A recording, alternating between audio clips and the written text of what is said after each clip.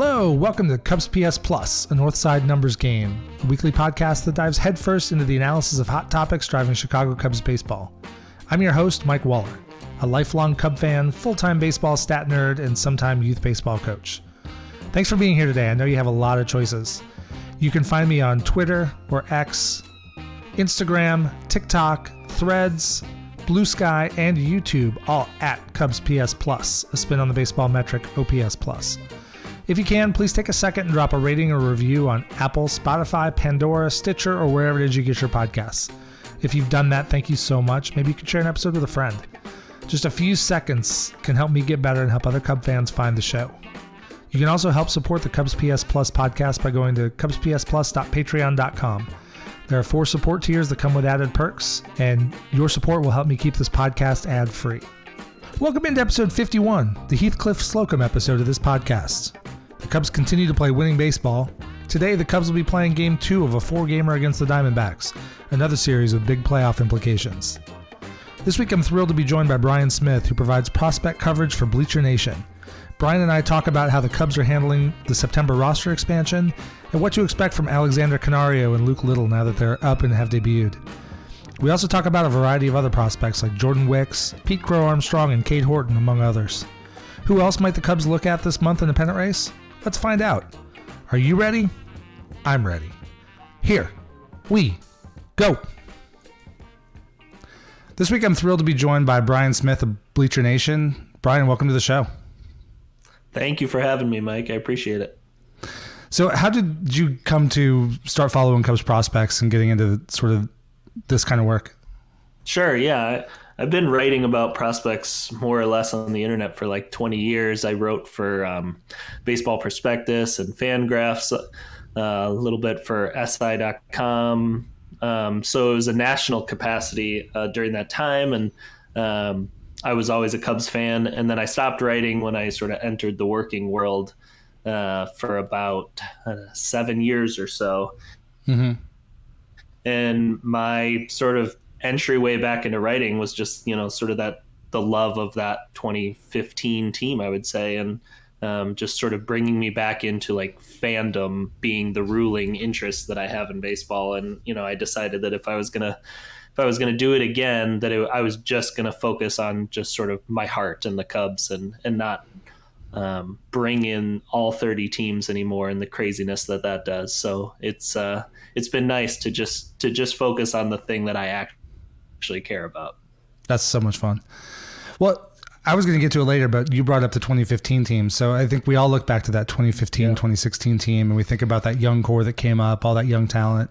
It was really the first time I've been following the Cubs for 40 years. And it's probably the first time in my lifetime there's really been a big concentration of talent coming up together. At times in the past, there were 1 or 2 guys, maybe 2 or 3 guys.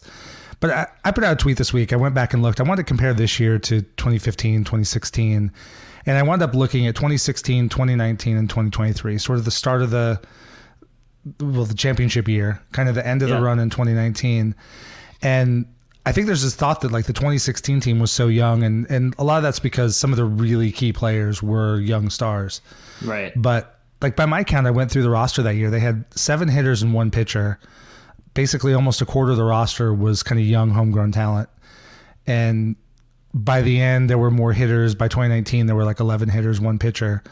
I was a little bit shocked this year to see, they've got 8 homegrown hitters, 11 homegrown pitchers that have pitched in some capacity. Now, they're not all, core parts of, the key guys on the team, but that's a big change of the last few years. And this has to be a really fun era for you to be covering Cubs prospects. Yeah, I mean, what's really cool, when I saw that tweet, what really stood out to me was, the way that baseball executive plans can come together. I think that 2015 team, like the mentality that Theo built that team with, and with Jed's help and Jason McLeod as well, was, we're going to draft college hitters early on because we think the odds of hitting on those are really high.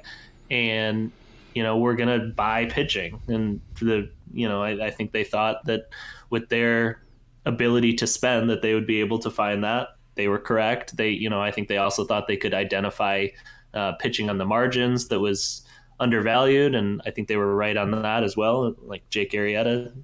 And then it completely shifted when Jed took over. The emphasis went on, we're going to invest heavily on the pitching side, both just like in who we're drafting, who we're signing, things like that, but also the infrastructure of how we're developing guys. And, they have so many more pitching coaches than they did 8 years ago. The emphasis on development is so segmented now between hitting and pitching in a way that it wasn't before. And so just seeing that come together, I mean, the pitching just this week, I think, has spoke more than anything to just, okay, this part of the plan is working. Well, and I love, too, that we're seeing, so Jordan Wicks was the number one pick for the Cubs 2 years ago. But then you also see Javier Assad and Justin Steele, who I know Steele was kind of in and out of the top 30, given his injury history over the years he was a prospect. But those are both guys who were in the system for a long time. Kind of Assad was probably seen as organizational depth most of the time he was here. And actually getting quality major league performances out of guys like that is something we didn't see during the last era.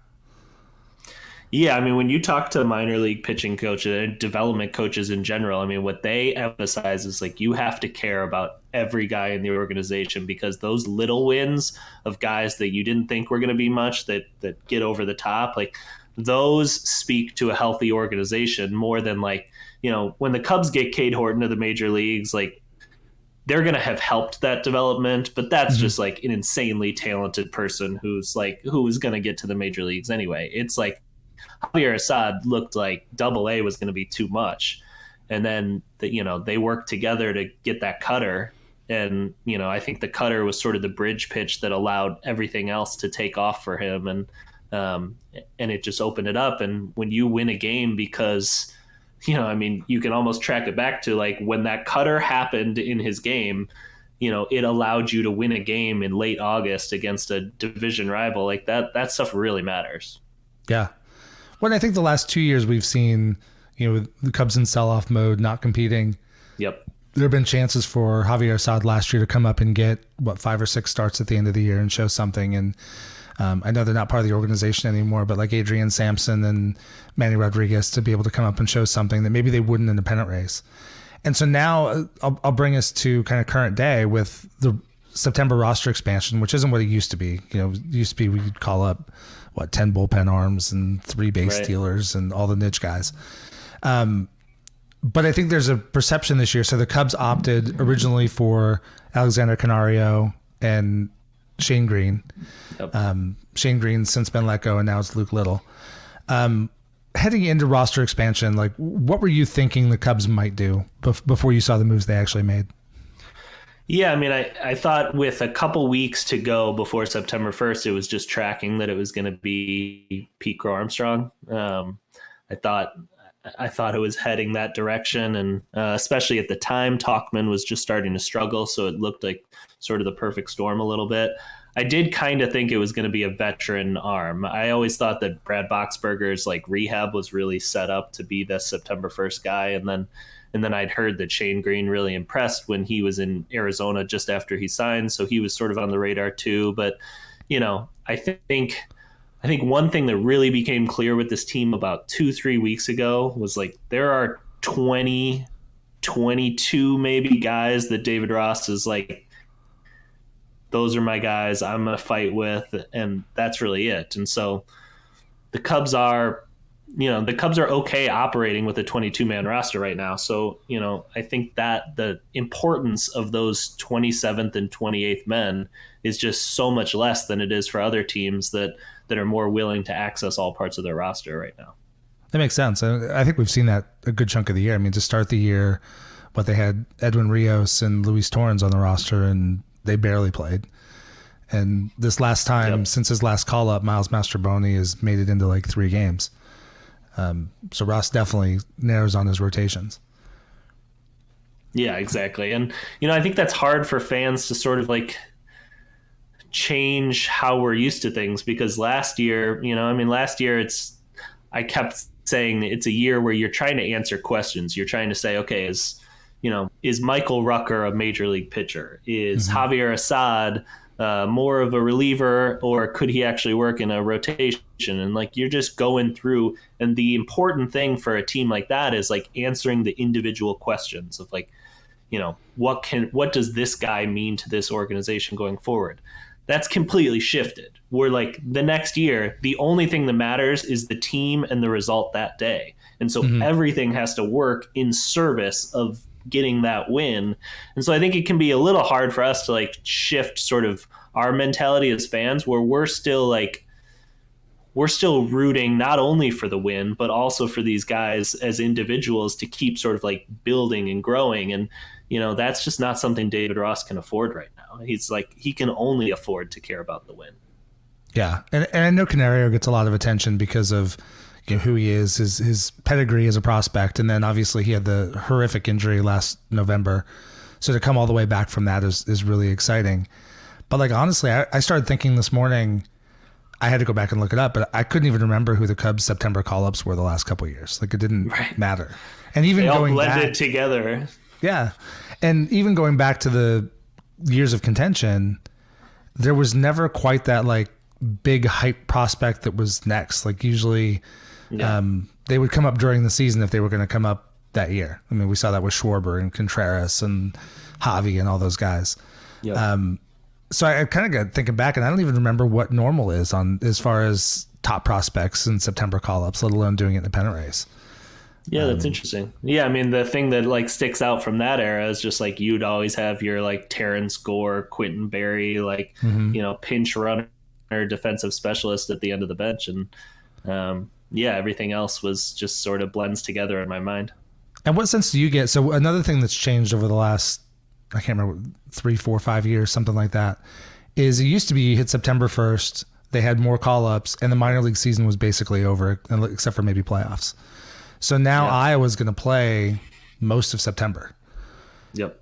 So there's got to be some balance there between, like, let's use PCA as an example.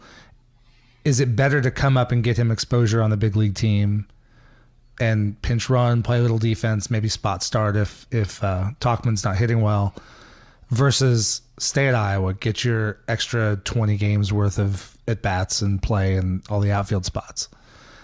How much do you think goes into that when they're making that decision? Yeah, I mean, I think it's probably an inexact science right now. I think they're still probably trying to figure out that balance because this is so new. I mean, before, like you said, you could call up 40 guys. So like you would just look at your 40-man roster, and anyone that you thought could be helpful to the team, like, why not bring them in? Yeah. Now that you're capped at 28, that sort of creates its own decision. And then, like you said, like they have minor league games to play. So then you also have the developmental pros and cons to weigh. So, I would guess that Jared Banner and Jed Hoyer would tell you, like, they're not 100% confident that they're making the right decision for each individual. But, I think the pitching side of it became pretty obvious that, okay, they needed somebody for that Red series. And then when it got there, I think they thought Shane Green was going to start that game. I really do. And then I think the night before, Hottovy and Moskos and Ross probably sat down and said, all right, well, why don't the first 5 innings we go with arms that we know, and then if we have to pull Shane, we'll do it later in the game. And it just never worked out. And then fast forward a week, and I think Luke Little makes a lot of sense for this team, so they've called him up, and I think it's really good timing on both sides, like for him individually and for the team.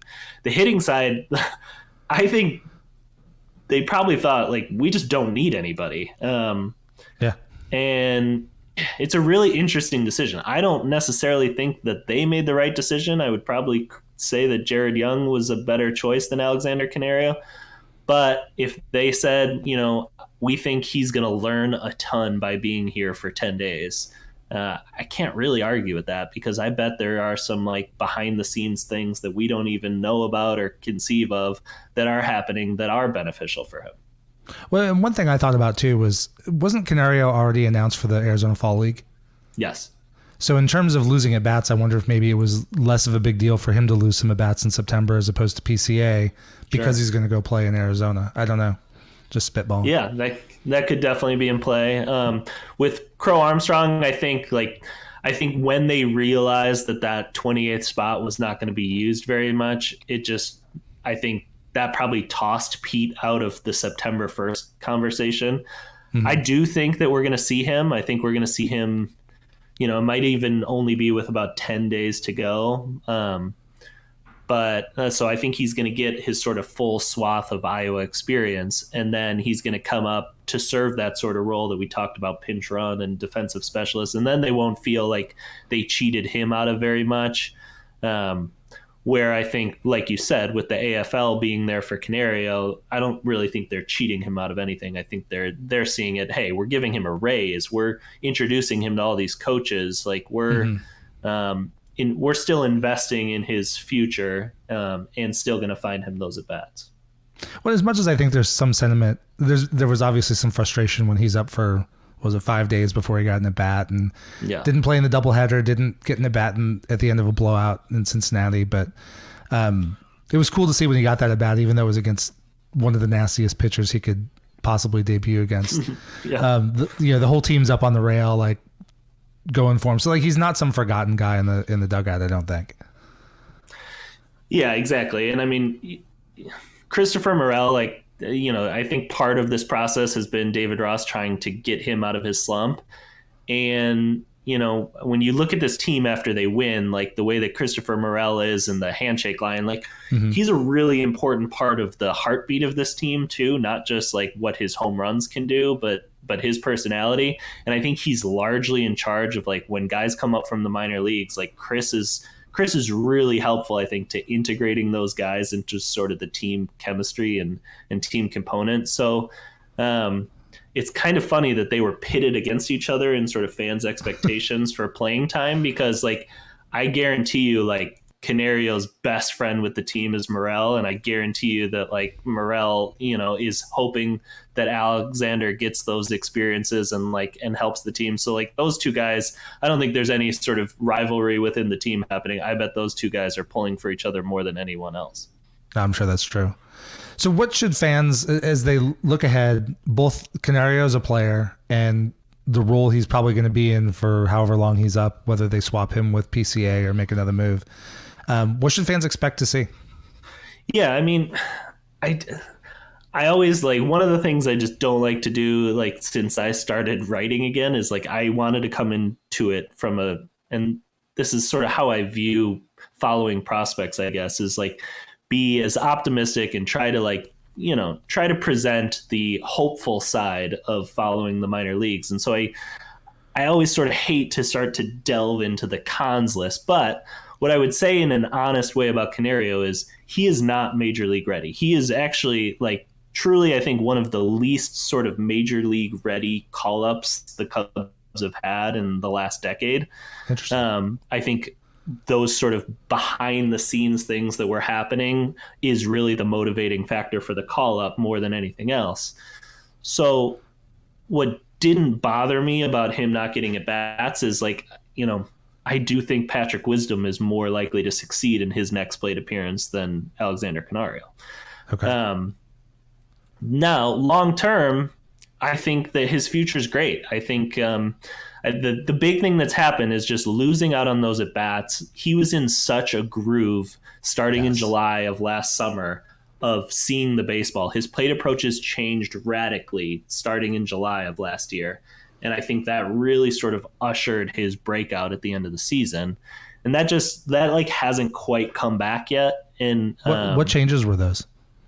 I think he started seeing a lot more pitches. I think he was a lot more comfortable in 2-strike counts, even when he got up to, the upper minors and the good breaking stuff that you see with 2 strikes there. When he was in high A, if a pitcher threw anything close to the strike zone on the first pitch, he was going for it, and he was talented enough that like he was making that work. He could still draw walks, but they were mostly walks that you were seeing like non-competitive pitches, getting the 4 balls or whatever. I think he really matured where he was like working walks and he was working into favorable counts and swinging at the right pitches and things like that. When he came back this year, like he was rusty, and it just, It wasn't happening the same way. And I even like that the hot streak he went on that's referenced a lot before his call up, it was about a week before his call up. He had 4 games that were absolutely incredible. Like, he's still in swing mode, still like trying to find pitches to do damage on, more than like trying to find counts where he can put himself in good position. Okay. So, I do think he needs a lot of at-bats still, and he's probably, I don't know, 300-400 at-bats away from being major league ready. But the power, he has game-changing power in a way that like he does still have all-star upside, and that's worth the Cubs continuing to explore and develop.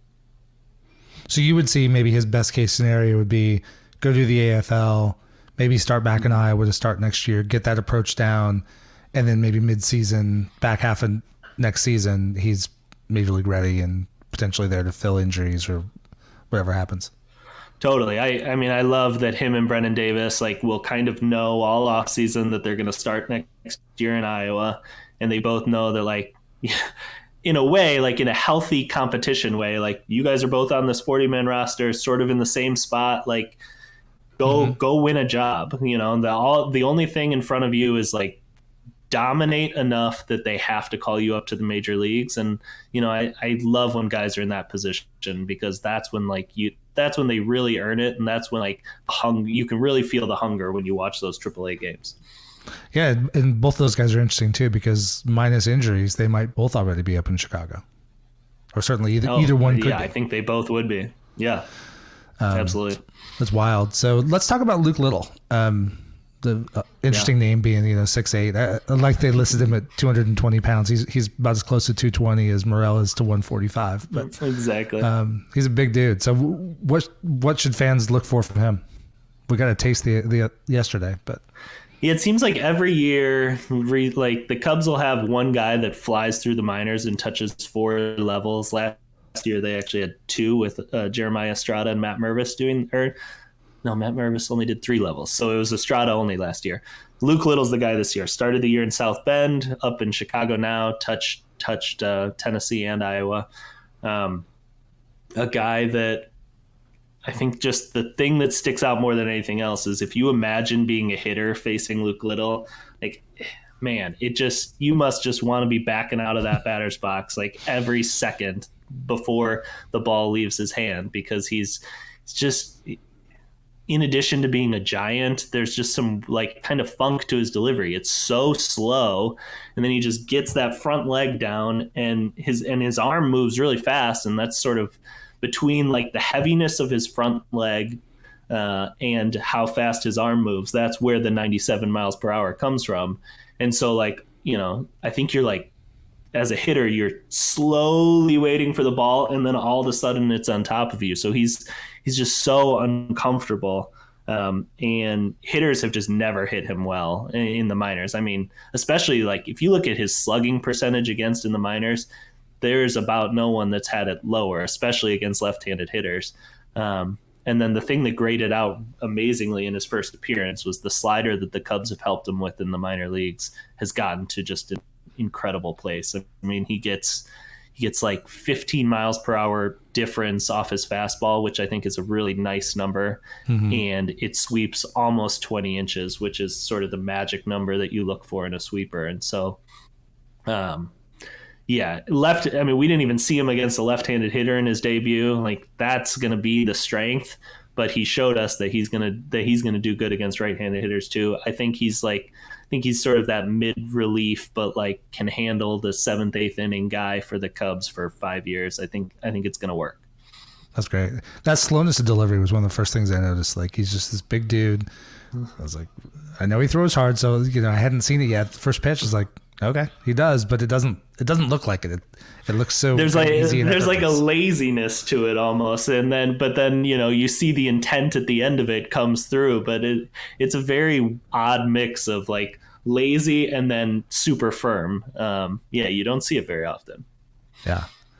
The one thing I would point out is the Cubs traded DJ Hers at the trade deadline, and I think that was related in a way to Luke Little. Those 2 guys were both Rule 5 eligible this offseason. Mm-hmm. And I think the Cubs looked at it and said, like, we're probably going to only have room for one homegrown lefty in our bullpen. DJ, I think they thought with both Luke and DJ, like the most likely outcome for them was going to be the bullpen. And those two guys are really fun to compare because they both have a lot of weird funkness to their delivery. And just the fact that like they decided to keep Luke, I think very deliberately, tells you that there's some optimism within the organization about him. Yeah. Well, one thing I like to see too is, they make that trade. DJ Hers has had a bunch of great starts in the Nationals organization since he went over. Nelson Velasquez is mashing homers. On the one hand, as a fan, you kind of like, we let those guys go, but it takes talent to get talent. And if the Cubs can produce talent and still fill the major league team, and this year, they're like, if they're 43% homegrown, I got to assume the kind of the dream state for the Cubs would be like 40% north homegrown talent, especially in some of those bench and bullpen roles. And you can still trade talented players. It's going to make other teams probably more interested in trading with the Cubs, honestly. Yeah, that's a really good point. Yeah, I mean, Nelson, I think I even wrote it after the trade, is like this, there's going to be a point in the next 2 years where it looks like the Cubs got absolutely fleeced in that trade. And that point has happened, 6 weeks into the trade. But there just wasn't going to be a spot for him in Chicago. It just, they tried, I think, to make it work. He was one of those questions I think they were trying to answer at the end of last year a little bit, and it just didn't quite get there. I think they certainly had it in their like projection of outcomes that he was going to go to Kansas City and become a regular and, really valuable guy there. But sometimes it's okay to like lose the WAR outcome of a trade, who did better in just WAR terms, to find a guy who fits your roster better. And, I think there's no question that Quats fits better than Nelly did. Yeah, especially since Fulmer went down. He's pitched some big innings since then. Totally. And you really go through it. I mean, the Cubs kind of went through the same thing with Jorge Soler. Like they got that one amazing season of Wade Davis, and he was the best closer in baseball. And on the whole, you then look at all the home runs that Stolar's hit since then. He's had a couple big seasons, but it was 2 or 3 years really before he had that big season, stayed healthy enough to be in there. And I think as a fan, I have to look at it and see, I'm excited about Canario, Alcantara, PCA, Owen Casey, Nelson Velasquez. There are only 3 starting outfield spots to begin with in Chicago. And you've still got Ian Happ and Suzuki, and they may make a run at keeping Bellinger. So, how many of those guys are actually going to stick? And you got to get value from those guys where you can. I mean, how about the fact that, trading Velasquez was, in a sort of quiet way, a vote of confidence that, no, Seiya Suzuki is our right fielder at a time where Seiya, I think we all started to have doubts, like maybe it's just never going to happen in a way that's super impactful. And then the Cubs trade a right fielder during that slump, and now fast forward 6 weeks, and it's like there's no one I'd rather have in right field, that the Cubs could have conceivably acquired in the last couple of years than Seiya. Yeah, for sure. So I've heard rumors, or a lot of speculation, that the Cubs are still going to call up more guys. You mentioned PCA. Yeah. How many guys do you think are potentially in the mix for coming up in September? Yeah, I mean, on the pitching side, I think there's essentially like 4 guys that are sort of there if they need them, and if the bullpen gets super tired, if guys at sort of the back end of the big league roster struggle, like I think they are ready to cycle that bullpen if they have to. I think it's also possible, if these 9 bullpen arms are all in a groove, I think they're okay also just having it be these 9 guys the rest of the way and not calling up another pitcher. But they're ready if they have to on the pitching side. On the hitting side, I do think PCA is going to come up at the end of the year. I wonder if Jared Young is in a real amazing hot streak in Iowa. I kind of wonder if Canario and Jared Young get flipped at some point, and that bridges the gap to PCA. But that also might be sort of an admission that they were wrong 9 days ago in a way that they don't want to necessarily do in a spot that doesn't really matter to them that much. So we'll see. I don't think we're going to see a ton more, mostly because, the guys like Daniel Palencia, Quas, even like Keegan Thompson's looked good. He's struggled just a little bit. Wesneski had that really loud outing. Like, those are the guys that if they struggled, somebody would be there to replace them very quickly. If they pitch well, they're going to be the guys into the playoffs. So let's talk about Jared Young. So he came up earlier this season. We saw him a little bit late last year. Great numbers in AAA. I know I had Alex Cohen on a month or so ago, and he was raving about it. Was before Young got called up, but when Mervis was clearly coming, Young went to the coaching staff and said, "Remember, I do play all these other positions." So clearly, he's a guy who's motivated to put the work in and do all the things. Then he came up, and he was outside of the first couple games. He was really lost when he came up to Chicago before. Yeah.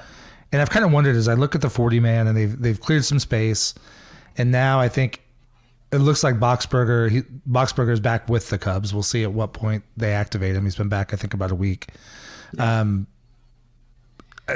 roster spots are just getting so few. Like, if the Cubs want to make a move, if PCA is going to come up, he has to be added to the 40 man. Yep. And as I look kind of at the bottom of that 40 man roster, I kind of wonder if maybe Jared Young is on kind of the bottom edge of the cut list. Like, what are your thoughts on Young still as a prospect at this point?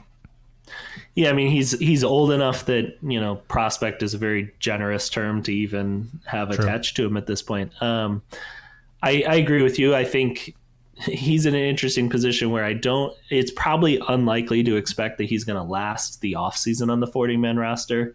It's just one of those situations where he is sort of on the back end, and if there's any sort of crunch that they feel at one point, like, he is a type of guy that you would either try to have clear waivers and keep him on a minor league deal for next year, or if somebody claims him, you just say, hey, like, we gave this our best work for 6-7 years, and tip your cap and say goodbye to. So I don't think I wouldn't bet that he's on the 2024 40-man roster, which means that if they do need a spot, he is going to be one of those guys on the chop list in the next couple weeks. I think they're going to get by with having him. When I look at it, I think there's one open space right now, and then there's probably two guys that are more likely to get cut before him. And, they just don't have many hitters that are hitters on the 40-man roster that aren't in Chicago that are in consideration to be major league ready. They have guys like Kevin Alcantara and Brennan Davis that really aren't in contention to get called up in any scenario. So they do need to have a guy on the 40-man roster that, hey, if somebody gets hurt, we need somebody, who we trust to have a good plate approach in the major leagues. And I do think Jared Young fills that role. I think, if some bad things happen and the Cubs just needed a fresh body, I think they're comfortable with the idea that, like, if we have to stick him into a spot, there's a decent chance that he runs into a ball and helps a team. Okay. Who else would you say? I think to answer your question, I guess more specifically, I think he makes it to the end of this season on the 40-man roster, but I do not think he makes it past maybe the non-tender deadline in December on the 40-man roster. Who else do you see at risk on the 40-man? Yeah, I mean, I guess Anthony Kay is probably the big one that sticks out to me. Just especially a guy that had a decent, had a decent leash in the majors. It didn't quite take. Has even struggled a little bit in Iowa since he went back down there. So he's probably the most likely guy if they need a spot. There's some really positive things for Anthony's career that have happened this year. I think he has both sort of a sweeping slider and he has two sliders essentially now, a sweeping one and a gyro one. So I think he succeeds somewhere down the line, but when you're in a playoff race, you have to be, you can't afford to really be hoping on the future too much. And, the other guy I wonder in the same spot is Michael Rucker is a guy that has had a bunch of chances. He's running out of optionable seasons to the minor leagues. I think they do, I know for a fact, they believe that he's going to have a good year in a major league bullpen. But sort of like we talked about with Velasquez, it just might be the case that, hey, we tried it here. We tried it a few times. It didn't quite topple over into super useful territory. Go succeed somewhere else. We need your spot for Pete Crow-Armstrong. Yeah, and that's something when you talk about the last couple of years being answering questions on guys, I think Rucker has shown enough to show that he's a capable major league pitcher, but he maybe is not at least at this point, a key part of a contending bullpen. Yep. Yeah, I mean, he's the type of guy that, to me, like, a team is going to claim him if the Cubs put him on waivers, and like the Cubs will know that the day they have to do that. The other thing, as far as 40-man roster goes, I think is, they could do something like putting Jeremiah Estrada on the 60-day IL, and that would be a way to sort of get around it. They'd have to pay him big league money. And so that sort of depends a little bit on whether or not whether they have the room under the luxury tax line to do that. But that's true. There is some flexibility there. Even Marcus Stroman, I think, depending on when he's lined up to return, you could put him on the 60-day and still see him come back this year. So there's some flexibility. I think they're going to be okay to do whatever they need to do for the next, 3.5 weeks here. Yeah, it was a little surprising during the year. I mean, one thing I have noticed, even though they don't maybe do it as fast as some of the fans want sometimes, Jed has not been particularly bashful about moving on from guys. I mean, they let a bunch of guys go last year. This year, I mean, I think we all knew that was a potential outcome with Hosmer. I was pretty surprised to see them do it with Mancini. Yeah, I mean, I think there was a concern with Jed and the way that he was approaching team building, that he, was he going to be, what's the adjective I want to use? Like, gutsy's in my mind, but that's not quite it. Like, that's harsher than I mean. Like, I don't know, like, was he going to be harsh enough to make the really tough moves when he had to? Yeah.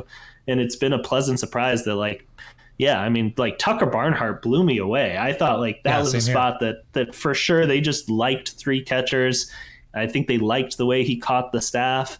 The fact that when they needed a spot on the 26-man roster, they were willing to say goodbye to someone they valued, really said that, like, this is a front office that believes this team can make the playoffs. And, they've been validated with some incredible play the last 10 days.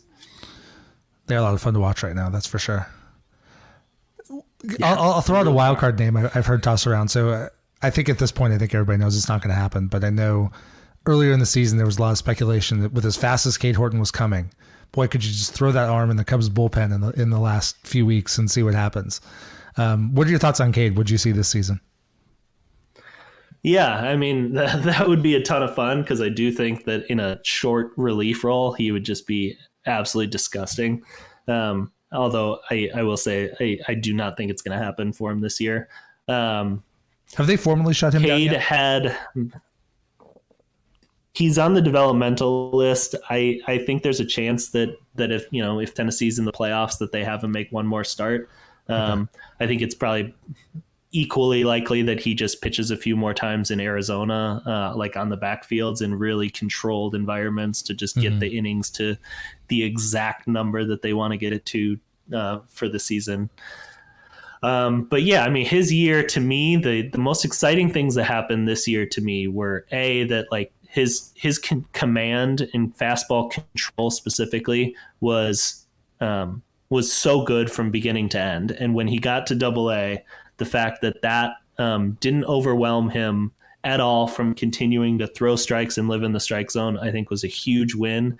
And then the curveball becoming a pitch that I think he's going to be able to throw in the major leagues at like maybe 10 to 20% clip is a big win. The changeup, I think, will be the focus this offseason for him. I think they're messing around a little bit with a two-seam fastball that wasn't necessarily there. So there's still some developmental work being done, but he's going to get a camp invite to big league spring training. I'm very confident in that. And, is he one of those guys that just shocks in spring training that David Ross can't say no to, and he beats out Jordan Wicks or Javier Assad or something for a rotation spot? Probably not. That's probably too aggressive. It's probably more like June or July, but I'm not writing it off. Interesting. Well, and that's one of the big questions is the workload, right? I mean, he only threw 53 innings in college, all in his last year. And then this year they're building him up. And you compare that to Jordan Wicks, and I've got Wicks's numbers in front of me. It looks like, he threw like 110, right about 100 innings last year. Yeah. And this year he's up a little over that, like 105. Looks like they might push him he might get to 120, 130. And that seems to kind of be on the path that Steele's been on since he came back from his Tommy John. He threw 128 innings last year. He's up over 150 this year. It seems like that's something the Cubs are very conscious of, keeping those workloads and kind of gradually expanding guys. And I know even this year, as much as they're letting Steele go, they're flipping the rotation a little bit to get him that sixth day whenever they can. I mean, I've got to think with someone like, both with Wicks, I think with Wicks at this point, with his workload, he's probably, if he wins a job out of spring training, he can probably just start the beginning of next year, I would imagine. Yeah, I mean, it's one of those things like we said with being harsh enough to release veterans when you need a spot. You also sort of have to be that way with like expanding innings workload for young pitchers. It's like, if you're Justin Steele and you are up for the Cy Young and you are the leading, pitcher on a team that has now like ambitions to make the second and third round of the playoffs, like, we have to toss out a cap. Like, we have to risk the slight increase that you get injured, because like the name of the game is like winning playoff series and winning games. And so the same thing's going to be true with Jordan, and it's going to be true with Cade next year. Is like, if you're ready for the major leagues, you like, at a certain point, we got to just throw you in and we got to see what happens, and we got to live with the consequences. Like, we can be careful and find those extra days, and we can take you out at 92 pitches instead of 105 pitches and things like that. But at a certain point, like, when you're there, you have to be there. And like, and I think the players want that too. I mean, nobody, if David Ross went to Justin Steele and said like, hey, we're going to stop you at 170 innings this year, like, I feel very confident Justin Steele would be like, no, you're not going to do that. And like, I mean, imagine going to Jordan Wicks and trying to tell him like, we're going to stop you right now. Like that would not be a fun conversation for a coach to have. No. So the players want to have that leash. And I think when the team's good, it behooves everybody to give them that leash. Well, I get being responsible with the arms, but like this year with his, maybe his retirement, maybe not, but Steven Strasburg, how many playoff opportunities did the Nationals, frankly, kind of give up on because they shut Strasburg down out of fear of injury? The guy, they did wind up getting their one win, but he was still injury plagued his whole career in spite of that. So even if you shut a guy down, I mean, guarantees. That's actually been like my only complaint with the Cubs player development this year, is that I think they're really, really, really conservative with pitchers in the system. And, what that's almost doing is creating too big of a gap for like when a guy gets to the major leagues and the expectation is completely not necessarily a good thing. Like Jordan Wicks should not have been, he should not have had an 80 pitch count in the minor leagues if he's going to come up to Chicago and maybe have to throw 105 sometimes. Like, to me, you have to prepare these guys for the major leagues a little more than they're doing. Like, they're somewhat developing with fear of saying like, we just don't want this guy to get injured. We don't want this guy to get injured. Like, what I want you to be saying is, we want this guy to help us in Chicago. We want this guy to help us in Chicago, and let that be the guiding principle. The injuries are going to happen whether you're careful or not, in my mind. So, I think there has to be some sort of healthy balance there. I think the Cubs are super thoughtful about being responsible and taking care of these guys, but in a certain way. And I've talked to players that believe this too, and they're not going to attach their names to it necessarily, but they want more rope. Yeah. One of the guys I talked to last offseason, I'll bring him back on at some point here soon, is Mark Weissman, who last year was the strength and conditioning coach for the Pelicans. Now he's more of an advisory role. But he was talking, former Hawkeye. But he was talking about how they measure ongoing load and how it's the sudden increases that really cause the problems. At least that's the current way of thinking. And I've got to think, if you take someone like Wicks and you've got him on an 80 pitch limit, like he's way more likely to get hurt if you bring him up to the bigs and then let him go 105 versus if you're maybe you never let him go 105 in the minor leagues, but you let him go 90, 95 a couple times. So he's been there and had to work through that kind of that soreness and that fatigue. Then if you need that extra 8 pitches to get to 103, like it's suddenly there accessible.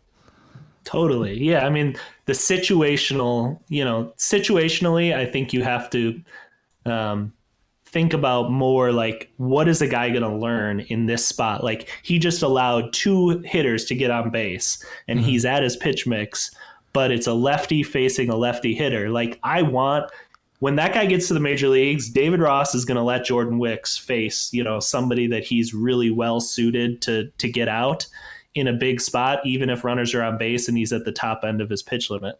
In the minors, like, if Jackson Ferris allows 1 walk and he's at his pitch limit, but there's a lefty batter up and he's about to get his career high of innings in an awesome start, like, I just want him to be able to finish that start. I want him to have that like positive feedback of like, I know this is my last batter and I control my outcome of this being the best start of my minor league career. I'm going to strike this guy out.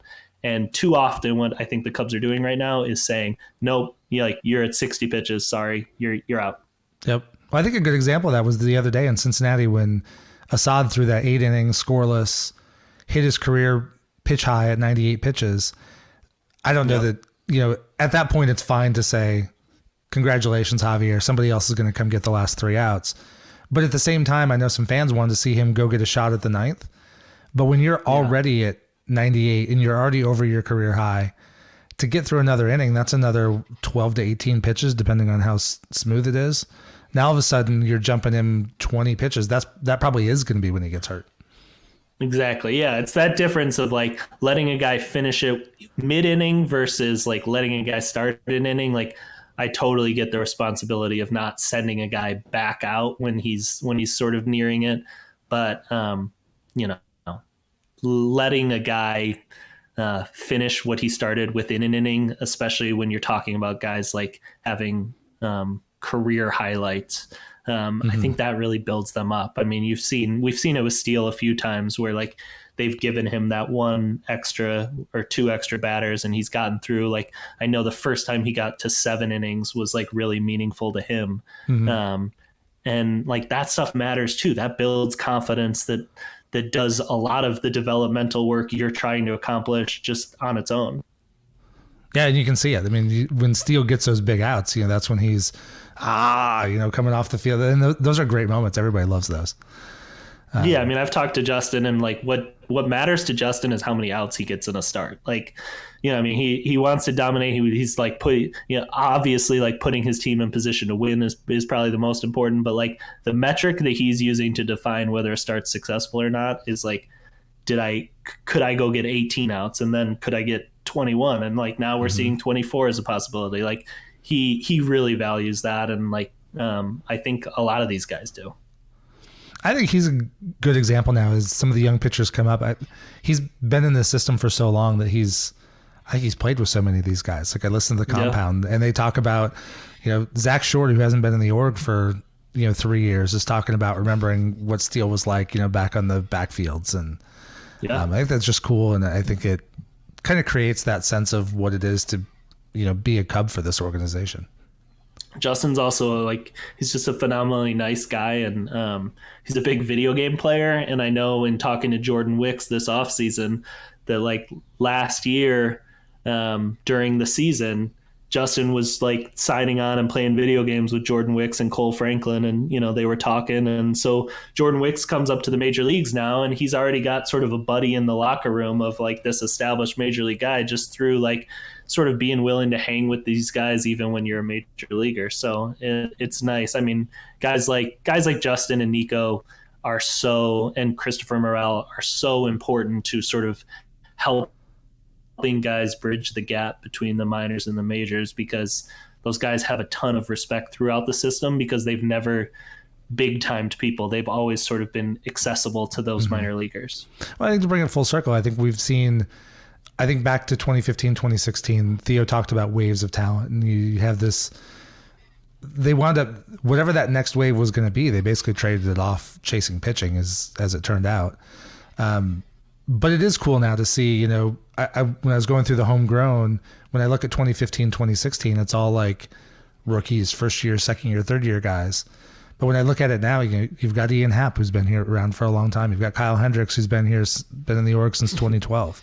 Yeah. And it's cool now to see guys who have been Cubs now passing that on. And to the point about Steele, I think I've seen a lot of similar stories about Kyle Hendricks. He goes down in his rehab at Iowa this year, is working with everybody. Yeah. And it sounds like I saw him a little bit on the backfield at spring training this year, and I saw him talking to a lot of different guys.